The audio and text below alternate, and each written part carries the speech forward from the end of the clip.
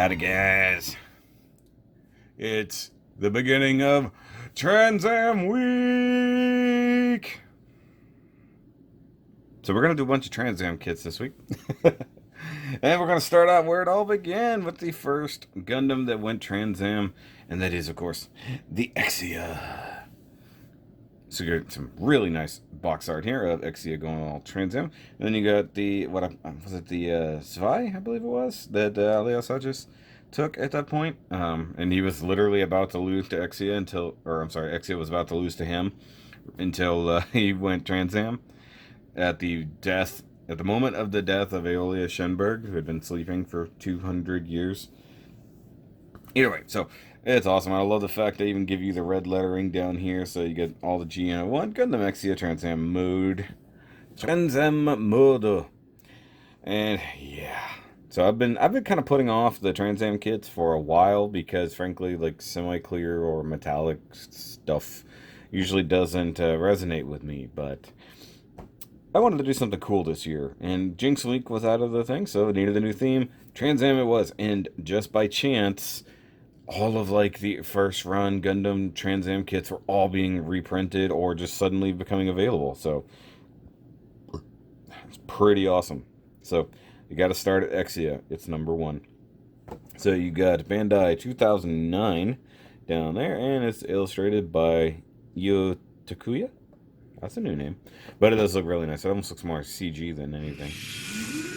And we come to the bottom, and you've got Trans Am mode, and it shows off, hey, we got some new stuff here, and some cool stuff. I'm guessing it's talking about the different colors and things like that. You got GN Sword. You've got the thingies still flip up and down. Everything's exactly the same, but another color. And you've got that just moves. I don't know what it's technically signifying there. And you've got, oh look, the knees bend, and then oh, all the movement and the clear pieces, and then the red pieces, and it's just so good. I really got to start giving myself a little more pause when I roll the box over. So you got HG00 number 31 in the line, looking very, very sweet. I love this green glow they add there for the gene condensers. That's the only thing that the kits don't do. They don't give you like this bright green glow or something along those lines. So that's a kind of a missed opportunity. And come to the last side, and you've got the read up there. Pretty much it says exact same as regular Exia. And then you've got there where he's fighting something or other. Yeah, it was the Zwei. That's pretty cool. And you got Setsuna F. Say right there. You got warning. Trans Am is not for 3-year-olds. Ask your parents first. And whatever this warning is, I don't even know. And then 1,200 yen, so still nice and affordable like the original Exia kit. But now, in new cool colors! Yay! Even in Trans Am, can't avoid going upside down, can he? Nope! So, let's go ahead and bring out the new, redder and better Exia.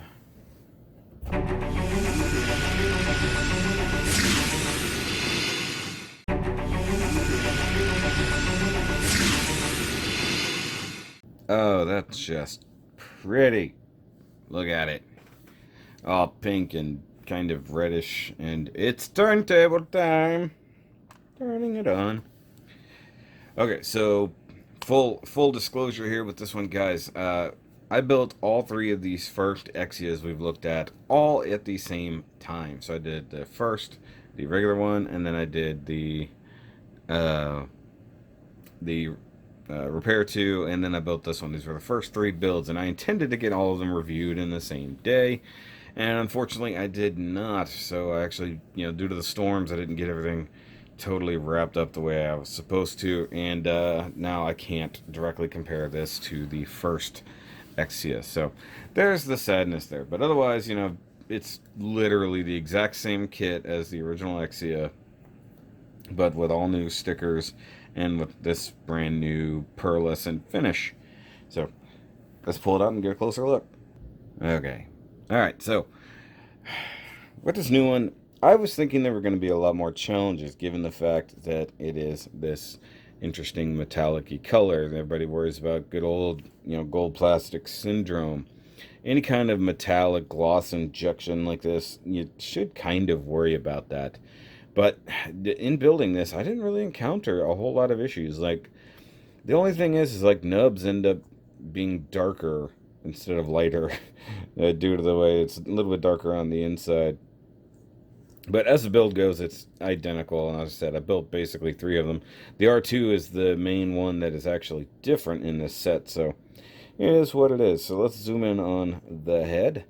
And you've got, well, a basic Exia head. Now, the only thing I didn't do, I did not paint like the yellow vents and the like little gray bits there, because while the gray doesn't change, the yellow becomes more of an orange, and I don't have an orange to paint with, so that sucks.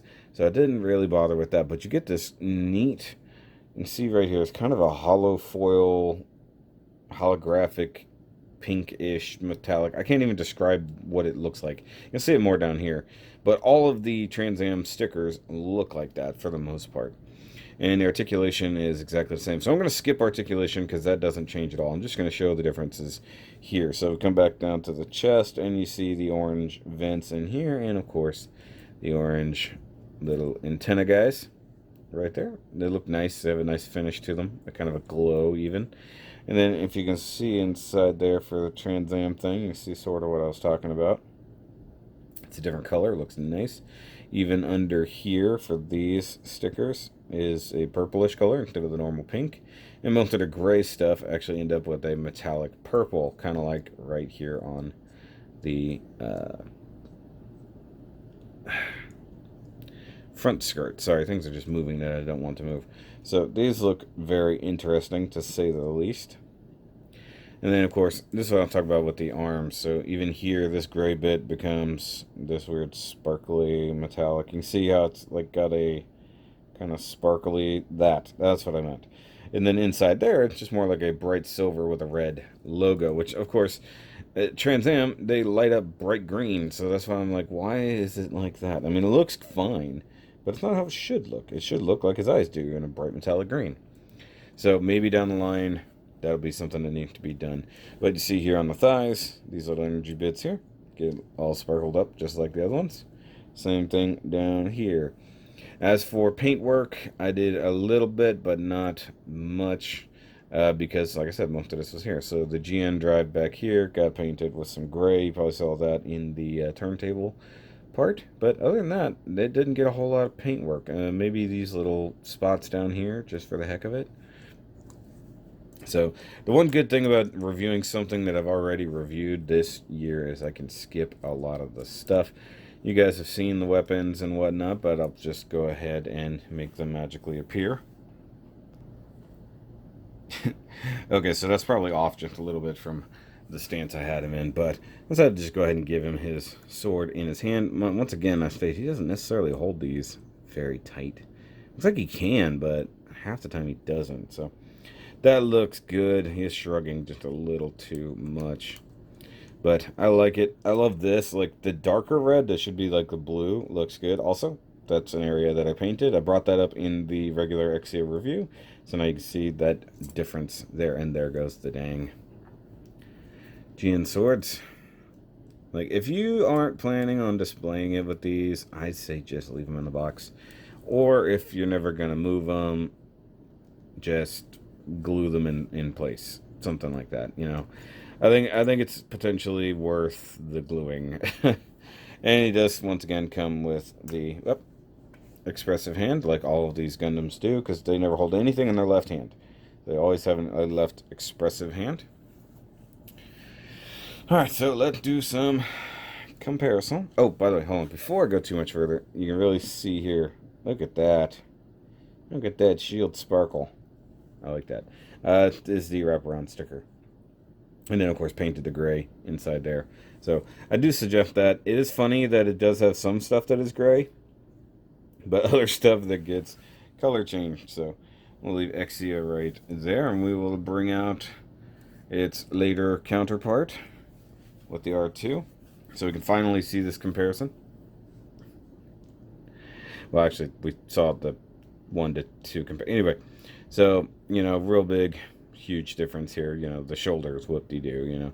You can just see how much really changes again. So, thighs and all that. Once again, comparing it to something it's going to become.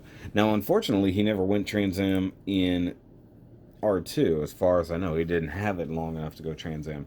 He just has like the full burst attack thing going on with the GN drive, which I don't know if that was an upgrade or just something that happened only at that time. I don't remember.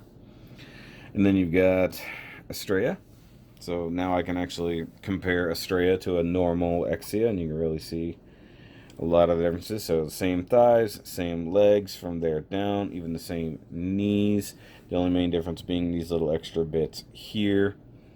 And because these things weren't, or this Gundam wasn't like full-on GN drive powered, it was gone way too early. It didn't actually have Trans Am, sadly. So there will never be like a Trans Am one, unless you make a custom version.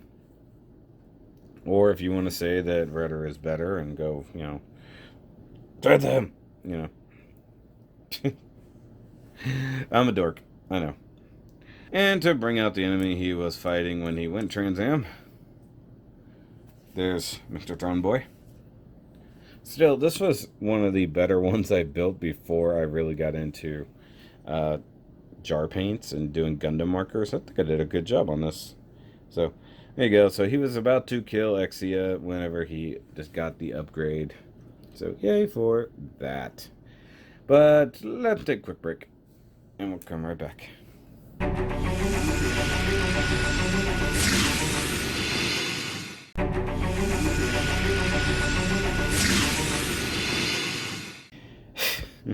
So yeah, this is the state of things as I was trying to just kind of move him around and repose him. So the swords always falling off, the foot parts always falling off.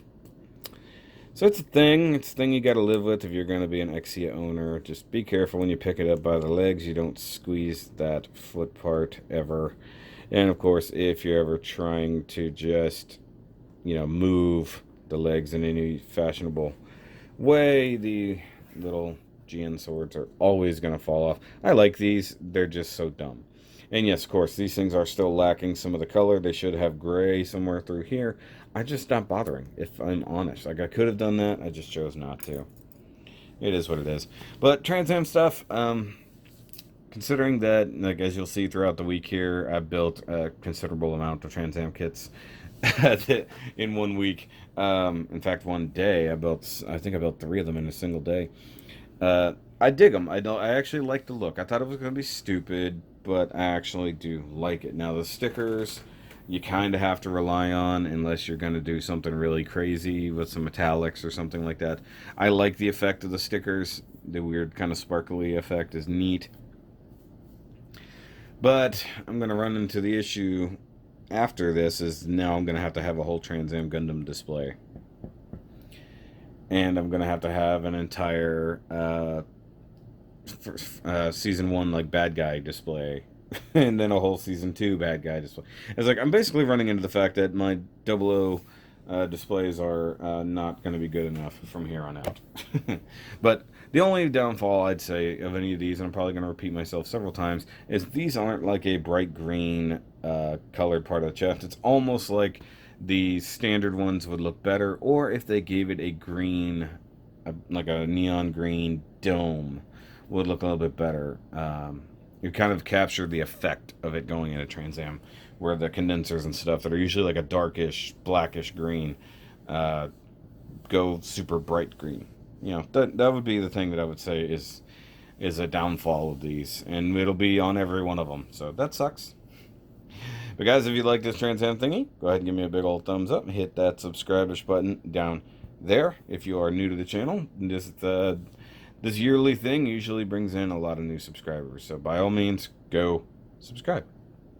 And of course, if you want to help support the channel, go ahead and check out the Patreon down here at the bottom of the screen. Be like John, Thomas, and Megan, who help support every single month and keep this channel moving forward, especially the second channel that is not monetized. And as I announced on Saturday prior to this, if you want Trans Am Week shirts, only going to be available this week. So if you want that special edition Trans Am Week 00CTOBER shirt, you can get it this week. Only link in the description down below. And I'll say it every single day this week so you guys can remember. But I'll catch you next time. And remember, as always, If Trans Am isn't solving all your problems, you're not using enough of it. And I'll see you guys tomorrow.